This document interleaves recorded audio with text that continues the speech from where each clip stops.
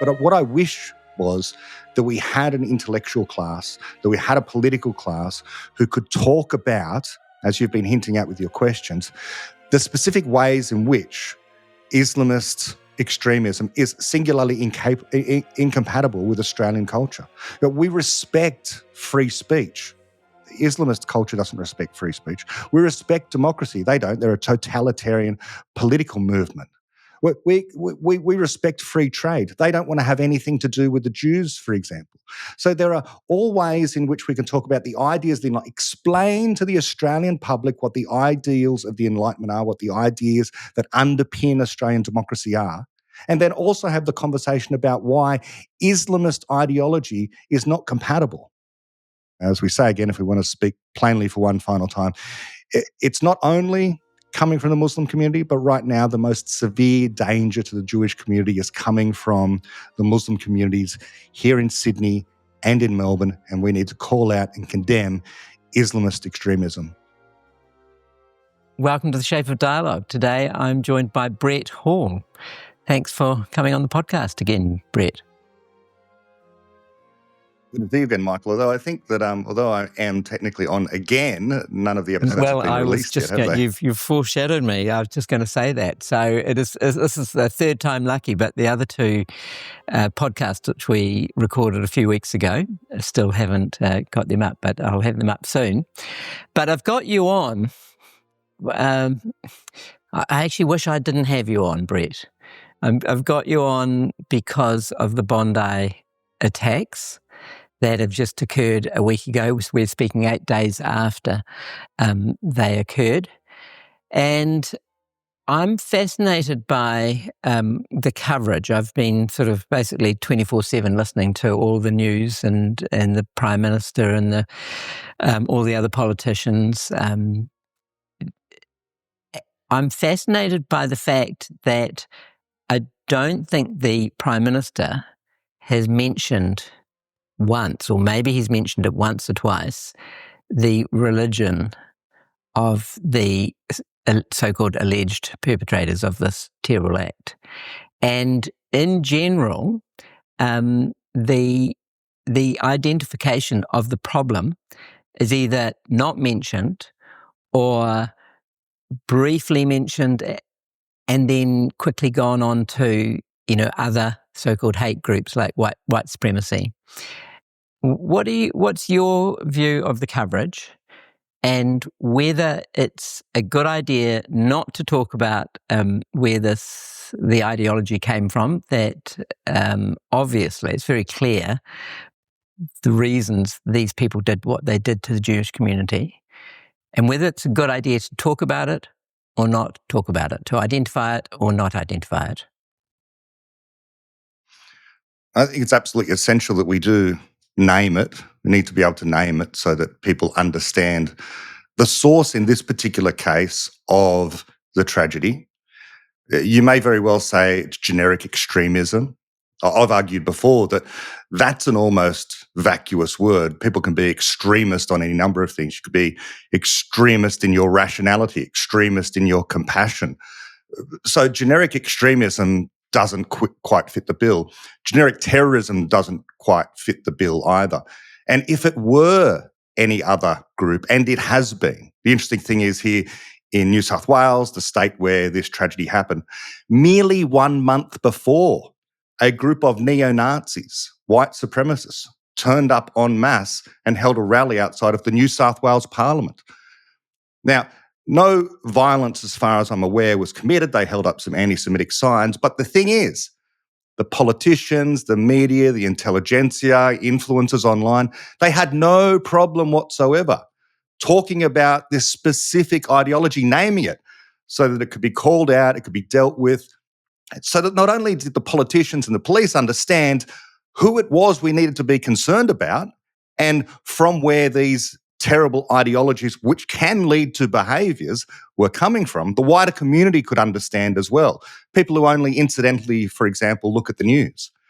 Now, if something happens, as sometimes does, unfortunately, more in the United States, with, let's say, Christian nationalism or extremist Christianity, where some crazy gunman shoots up an abortion clinic, they'll have no problem saying he was motivated by an extreme version of Christianity. But here, singularly, phenomenally, over and again, the Prime Minister has been unable, and the other members of his government, the federal government, have talked generically about extremism. The Bondi massacre was an example of extremism. Yeah, they've said anti-Semitism, but anti-Semitism, as we know, comes from literally every community, unfortunately.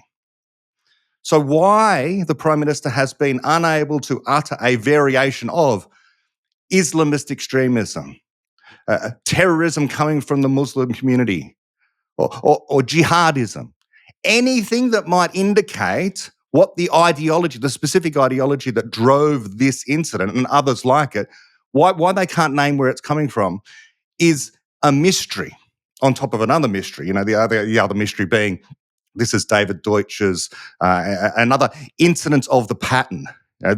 Maintaining the legitimacy of hurting the Jews. But here we kind of have two things going on, because maintaining the legitimacy of hurting the Jews doesn't necessarily result in the kind of violence that we saw at Bondi. But what can result in the kind of violence that we saw at Bondi is over and again this kind of apologetics that, in particular, the Australian federal government at the moment has engaged in ever since October 7, 2023. When, yes, as I put, well, I was go going to ahead. say it's important to note the political orientation of the national government, the Commonwealth government, which is Labor, a left-leaning organisation, political organisation. Do you think that is there a correlation or is there a relationship between that fact and the fact that they are unwilling to say what the problem is? Yes. Our Home Affairs Minister at the moment, Tony Burke, one of the most powerful people in government, is kind of like our Secretary of State, I suppose. He's in charge of civil defence, federal police, that kind of thing. His electorate, the people that have elected him, he's an MP for the area of Bankstown, one of the highest concentrations of Muslim people in all of Australia. And so he could gain his job or lose his job based upon that voting block. I'm sorry, I'm going to ask a silly question in a way. Why is that necessarily a problem that they're Muslim? Or what is the fact that they're Muslim indicating? So going all the way back to 2001, Sam Harris pointed this out. Everyone knows, and this is an unfortunate part of the discussion around the recent incident as well, everyone knows it's not all Muslims. Everyone knows that the vast majority of Muslims are peaceful people. The problem with this is that within that vast, overwhelming majority of Muslims who will not commit jihadi violence, there is a section of that community who will provide cover for those who do, by which I mean they won't be vocal in calling it out. They won't be vocal in condemning it. They will remain silent. And to use the left terminology, they will remain complicit by their silence. And so it's not necessarily that they approve of what has happened, although we have to admit there is going to be an uncomfortably large number of people who do approve of such acts, even if they don't commit them themselves. But there is an overwhelming majority of Muslims within that community who will be afraid to speak out, to do anything like the great hero of December 14th, Ahmed al-Ahmed, the Muslim gentleman who wrestled the gun from the gunman, preventing who knows how many more additional deaths. He is the rare exception. And that's unfortunate to say, but that is the rare exception. Because we have seen in Sydney, for example, this is going back to my point about why the Labor Party in particular won't name the problem. Since October 7, most people know about the terrible thing that happened on the steps of the Opera House on within 24 hours of the invasion by Palestine into Israel. We had people at the Opera House steps celebrating, coming out with flares and Palestinian flags and ISIS flags, chanting "gas the Jews," that kind of thing. The federal government's response then was tepid to nothing at all. And the New South Wales government didn't even do that much, but at least the premier of our state was somewhat more strong. Now, that's not the only incident. Since that time, for the last 2 years, there have been, on some weekends, convoys of people from the communities that Tony Burke represents, Muslim people, getting in their cars, 100 cars at a time, driving from the western suburbs of Sydney, making the half-hour plus journey into the eastern suburbs of Sydney for no other reason than to terrorise Jews, because that's where the Jews are concentrated, in the eastern suburbs of Sydney, places like Bondi. Was the federal government doing or saying anything about that? No. The New South Wales Police attempted to stop some of the convoys. The government said, well, there's nothing really we can do. There's no law that you can't actually drive your car displaying, the Palestinian flag, chanting out the window of your car as you go along. So there's that. There's the firebombing of the synagogues. There's the defacing of Jewish schools. There's down at Bondi, there were people drawing graffiti on signs saying, Israel out, Jews go home, all the anti-Semitic tropes. So all of that has happened with very little being said by the federal government, and certainly no one calling out, well, although there are some incidents where we've seen on camera, for example, the little old white lady writing some anti-Semitic tropes about stop the genocide, Netanyahu is a baby killer, whatever. The overwhelming majority of the time, it is from the Muslim community. There's a problem within the Muslim community, and the peaceful Muslims want to be animated to do something about their own community as well. When you say majority of Muslims, are you saying 99.9% or 80%? Could you put a percentage on it? It's hard to know in Australia. I don't think anyone's ever done that study. I think you can go to Pew polling of Muslims in a more generic sense coming from the Middle East and their support for the use, let's say, of jihadism, use of murder and violence and terrorism in order to defend the faith. And it is a scary number, something like 30% or more of your average Muslim might not commit a terrorist act themselves, but think it is justified to commit terrorism in order to defend Islam in some way or to attack Israel in some way. So maybe the numbers here in Australia are somewhat lower than that. It's not the Middle East after all. And we do have this thing, this very important tension that if you're in a Muslim majority country, then the majority of the ideas that are floating around your head will come from Muslim ideology, Muslim teaching. But once you come to Australia, of course, you are now saturated in the Anglosphere, saturated in the Enlightenment. So there's a tension in your mind. And there's a battle of ideas that go on within the mind of everyone, and certainly in the case of Muslims, between what they're being taught, let's say at the mosque on the weekend, what they're hearing from the pulpit of the imam, and what they get from broader Australian or Western Enlightenment culture. The problem we have, of course, is that yet a third thing comes in now, a third set of ideas. The socialist, woke, let's all live together in peace, kumbaya, all cultures are equal relativism. And in that kind of environment, if people on the left, and this goes to the point about the left, because the left has, of recent decades, been more saturated with a kind of relativism that the right doesn't tend to suffer from. But if you are suffering from the all cultures are equal trope, this silly woke idea that we can all get along, and Islam is a religion of peace, for example. That's that kind of relativist idea. Of course, it's not a religion of peace. We know that. There are religions of peace out there, like Jainism, where people won't, they don't even want to kill insects. But that's Muhammad was not like Jesus Christ. Jesus Christ was kind of like a hippie that would sit on a hill delivering sermons. Muhammad went out there with the sword and he conquered. This is from Muhammad on down. Islam is a religion where, although you can cherry pick and find some nice passages here and there, you understand as a Muslim, you're supposed to spread this. You're supposed to conquer the world. The caliphate would be a good idea. Now, if those ideas are being buttressed up against Enlightenment ideas, okay, we've got a good battle of ideas. But if we have the now coming in on the top in some modern Western democracies like Australia in particular at the moment, of relativism, where we just accept all cultures and we don't say that one culture is better than another, we can never say that. And in particular, Islamic culture is a peaceful culture.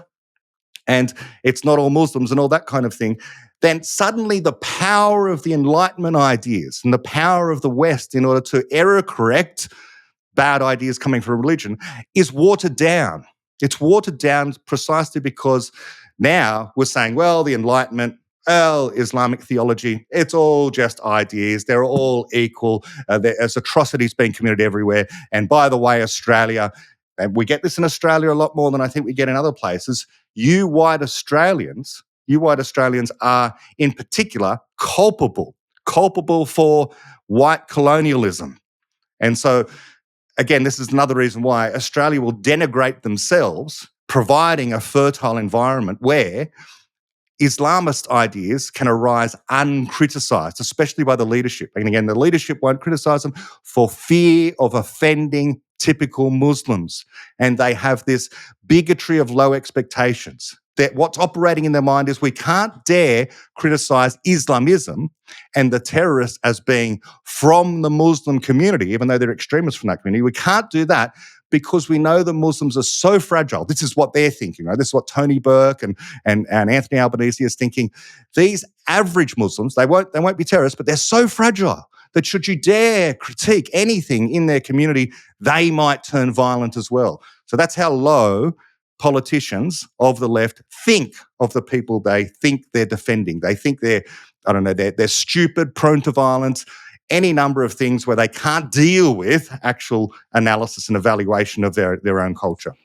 Talking about relativism, I would almost say from the left perspective, it's actually not relativism. It's relativism gone to an extreme where they as you just touched on, they denigrate their own culture and almost put on a pedestal other cultures. And it reminded me of sort of an inversion of Edward Said's work on Orientalism, where he basically said, the West had a very condescending attitude towards, anything non-Western, and he managed to make the word Oriental an epithet. But it's almost an inversion of that now. Yeah, well, yes. And it's also this notion that many intellectuals have been saying this for the last 5 years or so, dividing the world into victim and oppressor, the oppressed and the oppressor narrative. And so, of course, Muslims are regarded as the oppressed, the downtrodden, the victims.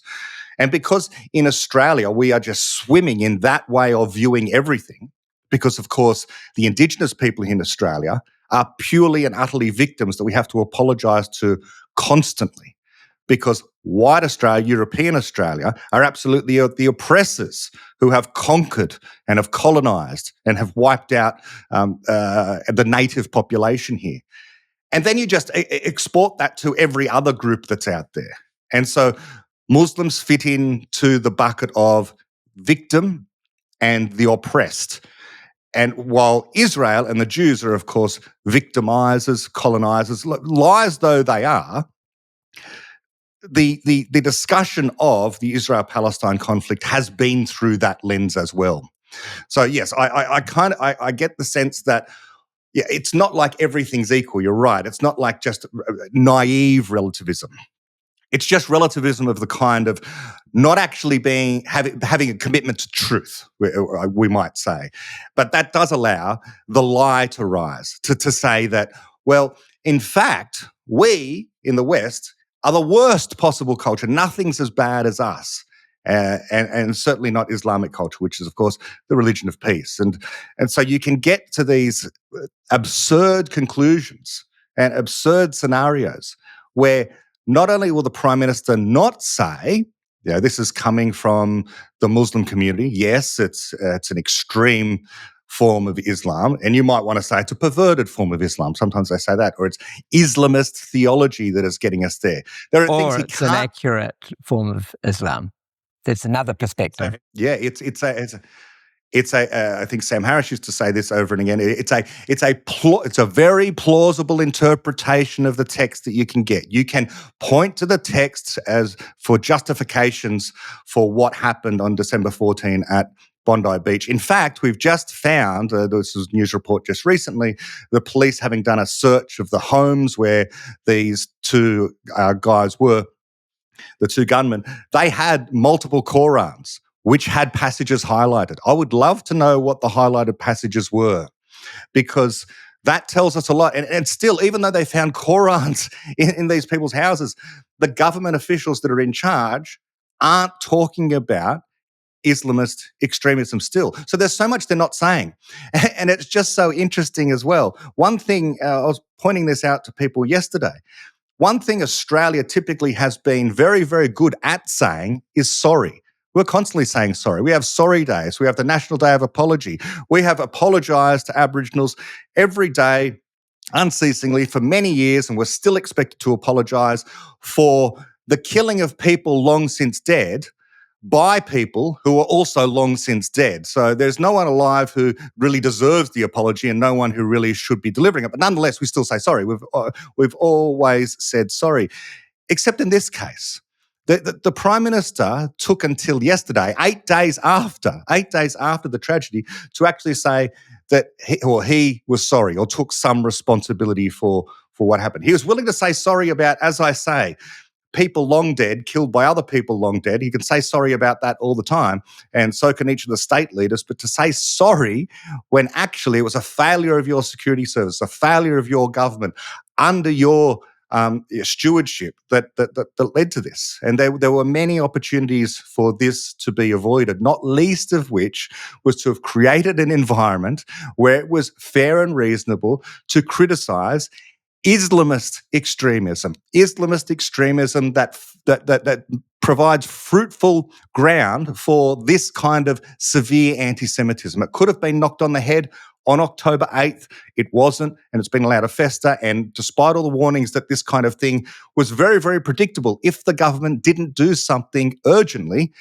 would have happened. And it did happen. And so here we are in a position where, perversely, it very well could happen again, because they're still talking generic extremism. They're still talking about the banning of guns. They're still talking about the banning of hate symbols like Nazi symbols. We're talking about neo-Nazis again. Why are we talking about neo-Nazis? Fair enough, we can talk about them. They're a threat, they're a nuisance, they're an annoyance, they're irrational, but we should talk about Islamist extremism as well. Because although the police know what they're talking about, and behind the scenes everyone knows what they're talking about, it's important that the culture more broadly and the community more broadly, who don't necessarily get into these kind of conversations I'm having with you right now, get to hear that phrase. And the kids hear that phrase when they happen to turn the news on, or mum and dad are talking about this particular thing. We need to have a cultural shift on how we can speak honestly about this issue. We can speak honestly about all sorts of other issues, but we can speak honestly about the treatment of Indigenous people in Australia. We can speak honestly about the dangers of coming from the far right. Or we can even speak about the dangers of certain kind of far left politics, the dangers of communism. Why can't we speak about the dangers of fascist Islamist ideology, the extremist Maybe Islam? the answer is what you alluded to before, was that essentially the Labor Party are scared of the Muslims.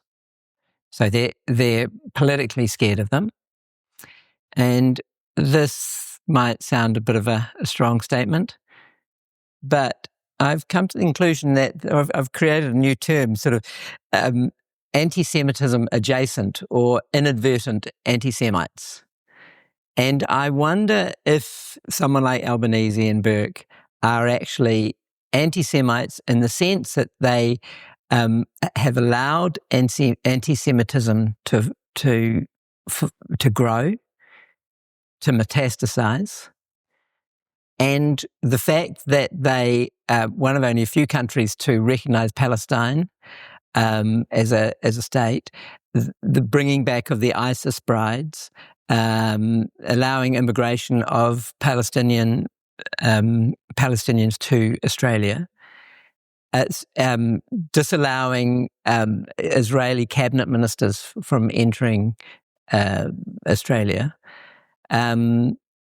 To me, that says that they are very embedded in the Islamist ideology, and therefore, an Islamist ideology is anti-Semitic, and so therefore they're anti-Semites themselves. But they may not actually; it may not be overt. What do you think of that?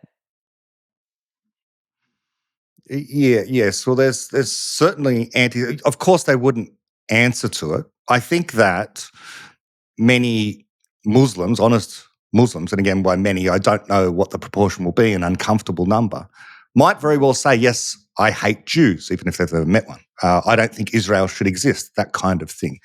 Albanese and Burke and Penny Wong, our foreign minister, in fact, most of the Labor Party, certainly all of the Greens, most of the left here, they might not admit to that. They might not say, "Oh, I hate the Jews." They might not even say, or they might say that they hate Israel. So all of that is true. And I think another factor is this desperate kind of juvenile need for members of this present government in particular to be seen as world leading on something or other. They feel like being the Prime Minister or a Minister of the Crown here in Australia is not enough.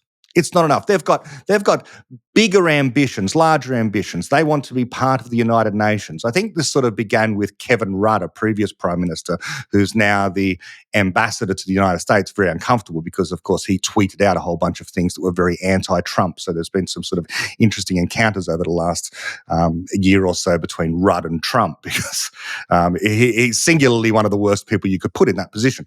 That aside, Kevin Rudd is emblematic of a kind of politician we have in Australia who, once they reach Prime Minister, they look further. And the one that is in office now, he's thinking beyond, when he leaves office. Can I become president of the UN? Can I get an important post in some global organisation? And so we had, for example, and I'll draw the line between the relevance of these two things. We had recently the banning of social media for anyone under the age of 16 here. It wasn't all social media, it was just particular apps. You're not allowed on TikTok, you're not allowed on X, you're not allowed on YouTube, but there are certain other things that you are allowed on, and so kids are still obviously able to communicate. But they talked all the time when they were justifying this about how it was world leading, and they just kept on saying world leading, world leading, world leading. And he went off to the UN, Albanese and Wong, and they delivered these speeches about how world leading and wonderful it is. And similarly, on the topic of recognising Palestine as a state, of course, it's not a state. The Monteverdi Conventions lay out what the requirements are for a state, and Palestine met none of them. But in the middle of the war that was being prosecuted by Israel, justifiably, rightfully, they decide, Wong and Albanese, to go off to the UN, deliver speeches and lead or be among the leaders of recognising Palestine as a state, condemning Israel's prosecution of the war, condemning Netanyahu. And so they've always wanted to be world leaders of a kind. And this is the vehicle they have seen hitherto, mind you, maybe not so much now. Maybe there is some regret now, I'm not sure. But they thought that this was a vehicle that would allow them to be seen on the world stage as being significant, as being movers and shakers of some sort. I think that that's part of the motivation if I was to do psychology on these particular politicians. It's backfired now. It's backfired severely in ways that many people said were predictable. Certainly Netanyahu himself said personally to Albanese that this was kind of predictable outcome. You're rewarding terrorists, that if you are going to invade another sovereign nation, attempt to commit genocide, actually commit mass murder, that then other governments around the world are going to say, okay, fair enough, now you get the state that you wanted, or at least the first step to what you want, which is the elimination of Israel. So it's hard to say really what's going on in Albanese's mind. I think it's sort of overdetermined that you end up with this attitude from him. And now he is so deep in the hole that he's dug himself in criticising Israel, praising the poor Gazans at every opportunity, welcoming Gazans into Australia as so-called refugees, denying the visas, as you say, of certain Israelis who wanted to come and speak. But now he thinks, well, what can I do? I can't say now that I was wrong, that we have to have an honest conversation about Islamist terrorism and Islamist extremism. It's too late for him. So he's doing everything he can to try and maintain the position he's always had as if he was consistent, going to the lengths of refusing to hold a royal commission. And for any of your listeners, the royal commission is the highest possible type of investigation that can be done in Australia. We've had royal commissions for all sorts of important issues, but issues that not as severe as this. For example, Kevin Rudd, the Prime Minister I mentioned earlier, there was this issue of he provided free insulation to houses throughout Australia, and as a consequence of this free insulation, it was called Rudd's bats, the bats that you put into the roof. 2 people lost their lives. I think it was 2 people lost their lives, something like that. And so we had a royal commission into this, the largesse that was spent. There have been many royal commissions. Many people from the Premier of New South Wales on down to even people within his own party are calling for a royal commission into why this happened. And at the moment, his argument is, well, it would take too long. So I'm going to do my own prime ministerial departmental investigation. And many people, like myself and others, are saying, well, you could run both parallel. There's no problem with having both going at the same time. It's just the Royal Commission is able to call witnesses from the Prime Minister through to the AFP Commissioner to everyone and compel them to talk. This is where we're at the moment. Him not even wanting to have a proper investigation to what happened recently. Yeah, it's an example of the minimisation of the whole thing in my eyes. What should the Prime Minister have said?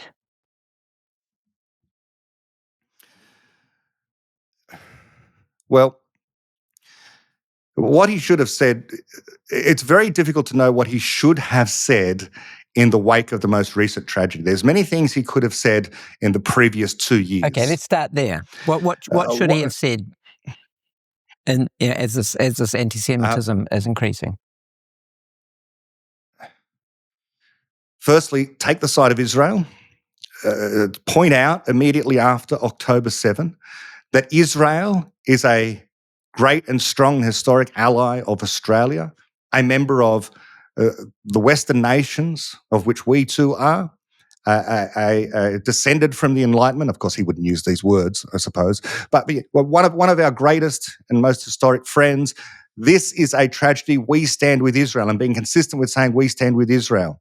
And then on October 8th, he should have sent in whatever security forces he was directly in charge of. The Australian Federal Police can do something if he wanted to, like assist New South Wales Police in breaking up riots that happen on, for example, the Opera House steps, to prohibit the weekly parades that we saw that were pro-Palestinian. Not because they were pro-Palestinian, but because within them, people carried anti-Semitic posters and flags. And they were occurring in places which quite often would make in such a way as to make Jews feel extremely unsafe. He could have said, these people do not represent mainstream Australia. These people who are flying Palestinian flags, wearing the kaffirs, they are ignorant and wrong about many of the facts. Let me lay out the facts about why, in fact, the Palestinians were the ones who were in the wrong. Because remember, on October 7, a lot of people like to say, well, it was just Hamas and not all of the Palestinians are Hamas. Well, an overwhelming majority of Palestinians voted for Hamas. And on that day, not only did Hamas happen to break through the barbed wire fence and invade Israel, but a whole bunch of so-called Palestinian civilians went with them as well. So there is a bright line here, a bright line either side of a justified good nation defending itself and the aggressors who have genocidal intent. The fact that Albanese can't see any of this means he can't say any of this. So at the very least, over the 2 years, he hasn't been able to be consistent and speak up for Israel, speak against Palestine, and mention that this unfortunate strain of Islamist fascist ideology that exists coming from the Muslim community is a danger around the world. And we are going to identify where it is here in Australia. We have security and intelligence services monitoring parts of the Muslim community. We know it's not all Muslims. Most Muslims are peaceful. However, we do see at this time that there are extremist elements right here in Australia, in Sydney and Melbourne, that are speaking that have deeply anti-Semitic ideas within the community, and we are going to do what we can to stamp it out by firstly trying to prevent it by identifying who the specific people are. If we have to, wiretap their phones, if we have to, be undercover and, be listening to conversations in cafes, whatever that happens to be, And then immediately being proactive in responding as well by providing resources, let's say, to the state governments in order to increase the possibility of policing certain communities more. Albanese should have provided security for all Jewish events and all Jewish places of worship, all Jewish schools, all Jewish communities. There could have been large numbers of police to make them feel safe. And there could have been larger numbers of police in the places where the Muslim community was, in order to nip in the bud any attempt to, for example, organise a convoy that was going to travel from one part of Sydney to another part of Sydney for no other purpose than to frighten Jews. And after the Bondi massacre, he should have come out and said, this was a disgraceful attack on the Jewish people by extremists from within our own Muslim communities. So he should have used the word Muslim rather than Islamic. I don't think it matters.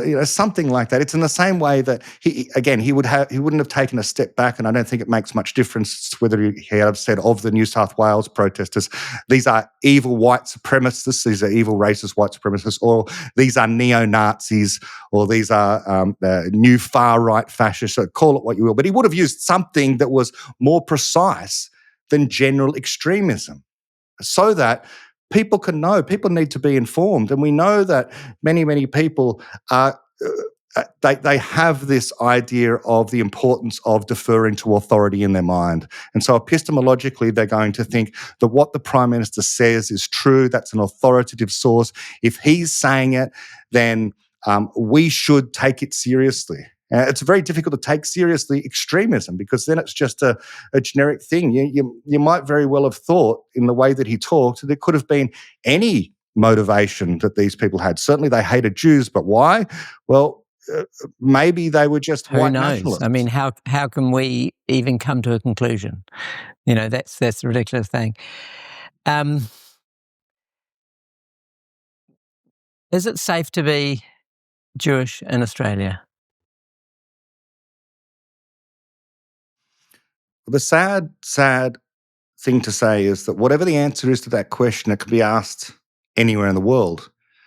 Is it safe to be Jewish in Israel? Well, we saw that, even today, of course, Hezbollah has been severely diminished, but it's not like there aren't people around Israel who would fire rockets into Israel still, who might still try and break down the border and get into Israel. So the answer has to be no, but there are degrees of safe. And so it's safer to be a Jew, I would say, in Sydney, and this might seem absurd, than the sense I get from how safe it would be to be a Jew in certain parts of the United Kingdom, in London. It depends on where you go, of course. I think if you're a Jew and you lived in some regional part of New South Wales, for example, I think you'd probably be safe and welcomed, and people there are more conservative, I suppose, more friendly towards Jews. You're not going to be safe in the western suburbs of Sydney, which is an indictment on, police, state government, culture. But in the eastern suburbs of Sydney, that is the safest place, but that's precisely where this tragedy happened, because the gunman knew where to go to find the Jews. So I don't know really how to answer that question. It's relative, so to speak. It's safer than some places, less safe than other places, and less safe than this place itself, the eastern suburbs of Sydney, was 2, 3, 4 years ago. Or maybe I should put it another way: is if I'm Jewish, or if I'm just an Anglo-Saxon Australian, it would probably be safer to be the Anglo-Saxon. Yes. So there's not an equality. Or maybe it's even, if I'm a Muslim, it's probably safer to be a Muslim in Australia. Absolutely. This is another absurd thing. I think the statistics are out there. I haven't got them to pull up right now, but the Federal Police, New South Wales Police, just like the FBI, they keep these statistics of hate incidents, and they break it down by particular communities. And we had Albanese after October 7. It was sometime, I think, it was late in 2023 anyway, that he created the position of envoy for anti-Semitism.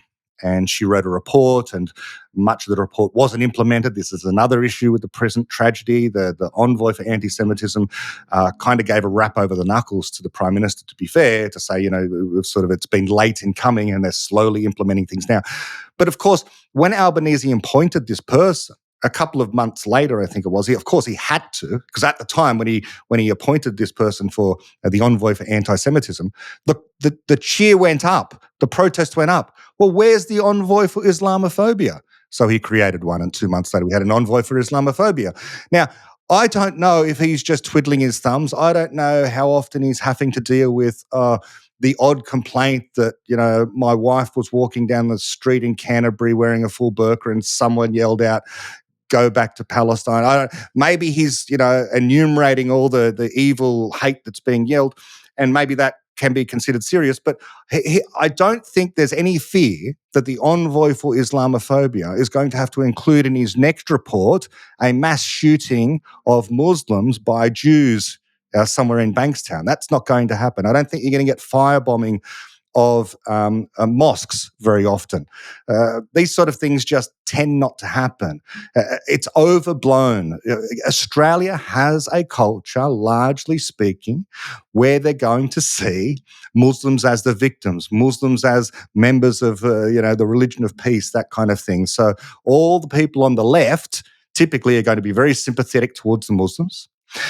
Muslims are already a sizable population within Sydney and the major cities. And on the right, you typically do have people who are conservative and don't judge people by their background, that kind of thing, all the way from the centrists, libertarians and general conservatives. Only on the very fringes of the far right, when you get to the nationalists, do you then get people who might very well say, yeah, we don't like the Muslims.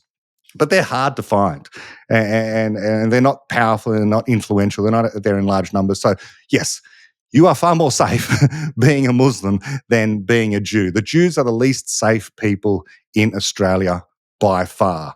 I used to work in Bankstown, which is where a high concentration of Muslims were. My colleagues were, by and large, Muslims from places like Lebanon in particular. There's a lot of Lebanese Muslims. So I worked as a security guard. And at that time, I was just blind to or didn't notice, perhaps because it really wasn't there at all. And this is prior to 2001, by the way. I was sort of security guard from the late 90s through to a little bit after 2001. But I didn't notice that there was any huge animosity between Muslims and other groups at that time. But it appears, and again, this is just the sense that I get from watching the news and traveling to these areas now, that there is, has become a far more fundamentalist, strict strain of Islam. You do see people in burqas more than you used to, 2 years ago, the full covering. You do see lots more flags that aren't Australian. In fact, you rarely see an Australian flag out there. You will see the Palestinian flag, and you will see anti-Jew graffiti and hate. Even in my own area, you will see that. And that sort of thing just didn't exist. It certainly wasn't in my consciousness, 2 decades ago. So things have changed, and things have accelerated in their change, especially over the last 2 years, where a pogrom of attacking Jews has begun globally. And this just happens to be the worst such incident in that pogrom, the greatest number of Jews killed outside of Israel since October 7. Yeah. Is Islam compatible with the West? Strictly speaking, no. But then, Christianity isn't really either, and that will upset people. It depends on what interpretation you rely on, of course. But ultimately speaking, no dogmatic ideology is ever going to be compatible with the West, by which we mean the Enlightenment and by which we mean a culture of criticism, where any idea can be critiqued and refuted, tossed out and replaced with something new. Now, most religions don't quite have that. There are going to be tenets there where we're not moving on this. This is the fundamental ideology and we're not going to change. So when the chips are down, then you do have the conflict. But there has been a reformation within Judaism and within Christianity. So you're not getting, and why people can't think clearly about this, I don't know. You hear the talking heads on the internet talking about how, oh, well, yes, of course, you have these violent sentiments expressed within the Quran. You have extremist passages there that the terrorists can point to as justification for the evil acts they commit. But haven't you ever read the Old Testament? The Old Testament is replete with, genocide and rape and murder and all this. It's like, well, yeah, okay, but Christians have managed to figure out ways to regard that as either mythological or irrelevant to our current circumstance. There was a reformation.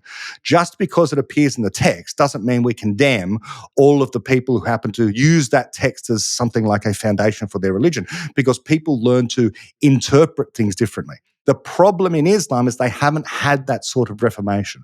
They need to have one. And so it is a more pressing problem.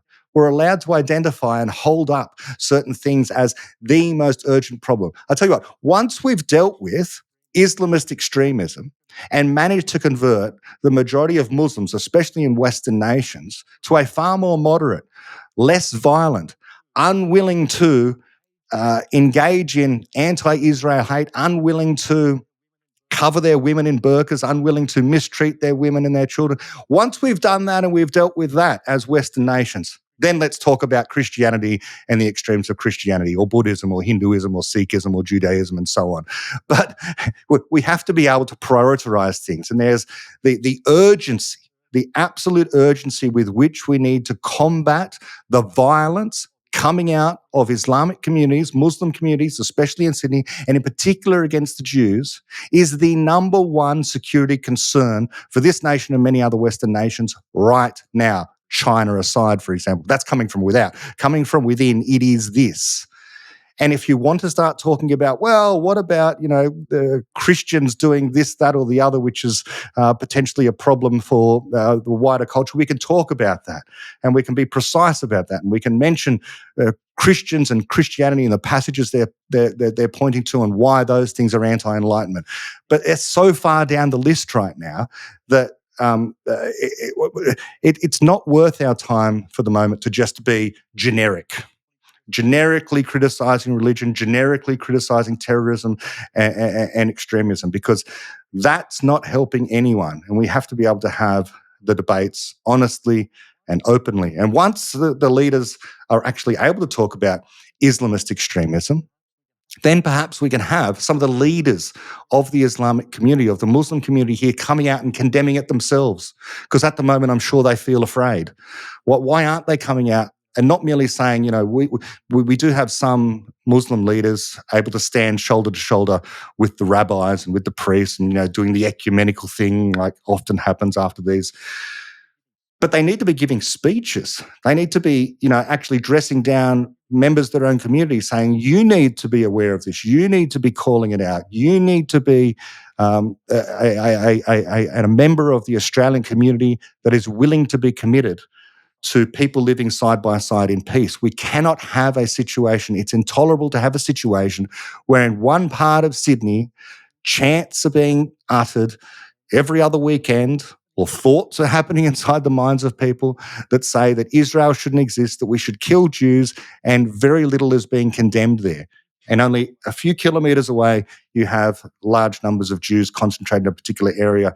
Unfortunately, as we saw, and it's a terrible word to use, sitting ducks for people who would decide to get a hold of some guns and just start shooting. There's many other things to say, but you could talk about given that it was predictable, and it was predictable given the circumstances, why couldn't they just have a dozen police down there? They had two police officers. 2 police officers, yeah. I went to the memorial that happened the other night, exactly 7 days after, and the numbers of police there were in the hundreds. They had a boat off Bondi Beach. They had helicopters and drones over the top. They had heavily armed, scary-looking guys with long-arm rifles. They had snipers on rooftops, and they had, dozens upon dozens of typical cops. All of that is only necessary because they didn't use 1/100th of that to protect the Jews celebrating Hanukkah on Bondi Beach. And they could have had their private security as well. Well, the private security weren't allowed to have guns. They did. I think they did correct. have some private security, but they weren't allowed to have guns, as far as I'm aware. Yes. What does it say about our society when children at a playground, because it was around a playground, I understand, with a petting zoo, have to be protected by police officers with guns? And again, I will go back to whether Islam is compatible with our Western lifestyle. And also, to be clear, there will be many people who, when I say something like that, will think I'm denigrating Muslims themselves. And it's key to point out that Muslim or Islam is a religion and an ideology. It's got nothing to do with race or any immutable characteristic. So the question is, how can Islam be compatible with the West if little girls can't run around a petting zoo without being killed? Well, correct. Yeah, that's right. The type of interpretation of Islam and the Islamic text that rather too many Muslims subscribe to is categorically incompatible with the West and with Australia, which is why many of us have been saying for a long time that if you want to immigrate into Australia, then you need to be questioned. We need to have a serious look at your background and your history. And it may sound racist, but this is the only logical way to do things. We have to prioritise. I certainly wouldn't argue for going back to something like the racist white Australia policy, but it is right to look at friendly cultures from which we've descended, for example. So let's say if someone from Ireland wants to come to Australia, then of course we look at you, we go through the checks and, welcome, come on in, Paddy. But if you are coming from Afghanistan, we're going to have a far more lengthy and serious interrogation into who you are, where you came from, and what your beliefs are. Why? Because we know that there is a disproportionate amount of people in Afghanistan who are committed to the most severe fundamentalist form of Islam.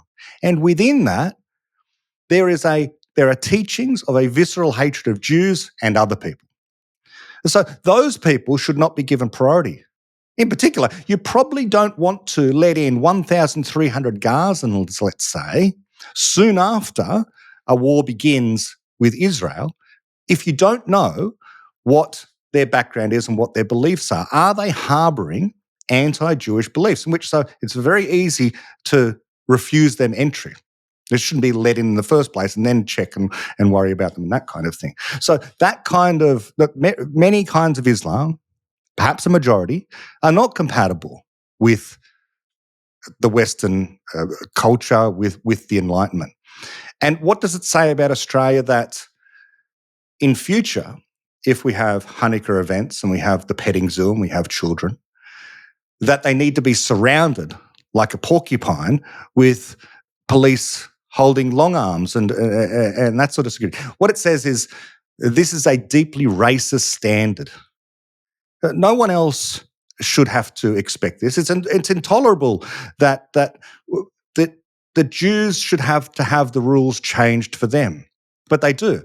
They shouldn't have to live this way. They shouldn't be expected to simply tolerate having to celebrate their traditions by being surrounded by heavily armed security. They shouldn't have to have armed security outside of their schools and synagogues. They shouldn't have to expect to be looking over their shoulder all of the time. And they shouldn't have to expect that the government is not going to point out to the rest of Australia why they need this special security. Why I do would go they a step need it? further. So the MCG, the Boxing Day cricket test, there's the police are coming in force with long rifles. So I didn't think that those people should be subjected to needing that security as well. So again, it's not just the Jewish people. It metastasizes right throughout the community. Yeah, yes. So that is the problem of, and it's a new one, we know this, of Islamist terrorism coming from the Muslim community. It's not like throughout history that the Muslim culture and religion in particular has generated ideas that lead to people, for example, suicide bombing or leaving car bombs somewhere. But they have throughout places in the UK, places in the United States. They've gone on mass shooting sprees. They've blown themselves up, or they've blown up a car.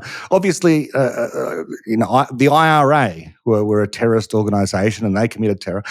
And we could talk about historic examples of terrorism, but in my consciousness, ever since 2001, September 11, slightly before, there were a few other more minor incidents, but ever since then, there has been a shift globally, and the shift globally, the concern about terrorism, has come from one particular community. And this whole thing of not naming things as well. I thought that this conversation was sort of finished, refuted, whatever you want to call it, back in 2001. These same conversations were happening then. After the terrorist attacks of 9/11, when people wanted to speak plainly about it, sensible, normal, rational people who wanted to say, this is awful Islamic terrorism. Why are the Islamists doing this? There, of course, the chorus went up at the time. Well, it's not all Muslims. Most Muslims are peaceful. Okay, maybe it needed to be said back then. And some just wanted to say, it's extremism, or it's not religion, it's politics. They're concerned about land and economics and that kind of thing. Okay, that conversation, I thought that happened 2 decades ago, and I thought it was resolved then. I thought clear-thinking people today would be able to just say, well, no, we've got a problem. We've had a problem for a long time with Islamism, with terrorism, and the Muslims historically and up until now, in particular, have a quite unique take on anti-Semitism. You can get anti-Semitism from any community, but the reasons why the Nazis, for example, in World War II, wanted to kill the Jews are quite different, in a sense, to the reasons why Muslims want to kill Jews. They both have their justifications, and they're post hoc justifications, because everyone just wants to hurt Jews. David Deutsch points this out. This is what the pattern is. The pattern is the maintaining of the legitimization of hurting Jews, and that can manifest itself in many different ways. And people will hurt Jews, and then later on come up with the justification why they hurt the Jews. But within Islam, you do have hadiths talking about this, and you just have a long culture of them talking about the destruction of Israel, hurting Jews. Muhammad himself, wiped out Jewish tribes. So. The short answer to your question is that the majority of interpretations of Islam are incompatible and are the most serious danger to the West right now. Well, it's a terrifying place to end the conversation. But I think it was a conversation that needed to be had. And hopefully people who are wanting things to be identified as they should will hear this podcast. So thank you, Brett. Thank you. I think it's useful to know there are people here who are trying to speak clearly about it. Unfortunately, they're out of office at the moment. So anyone who's listened to Tony Abbott recently, he's called it out by name, John Anderson, various others. And Josh Frydenberg? Frydenberg has been absolutely brilliant on this, and he's spoken as a Jew. People should go and look for Josh Frydenberg's speeches. I'll put it in the show notes.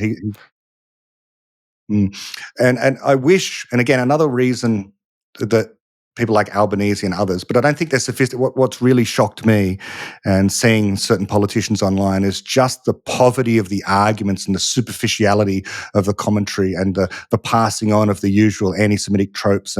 Wayne Swan, our ex-Deputy Prime Minister, president of the Labor Party at the moment, he was retweeting anti-Semitic tropes only a few days ago. But what I wish was that we had an intellectual class, that we had a political class who could talk about, as you've been hinting at with your questions, the specific ways in which Islamist extremism is singularly incompatible with Australian culture.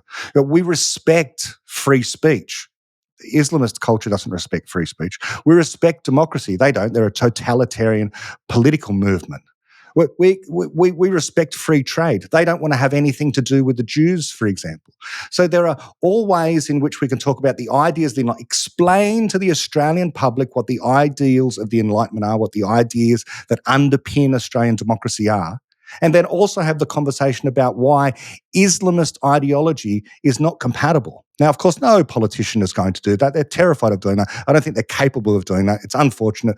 So it appears to be left to people like yourself to have interviews and to try and spread the word about some of the most pressing problems and dangers that we have right now. And as we say again, if we want to speak plainly for one final time, it's not only coming from the Muslim community, but right now the most severe danger to the Jewish community is coming from the Muslim communities here in Sydney and in Melbourne, and we need to call out and condemn Islamist extremism. Amen. Thank you very much, Brett. Thanks, Michael.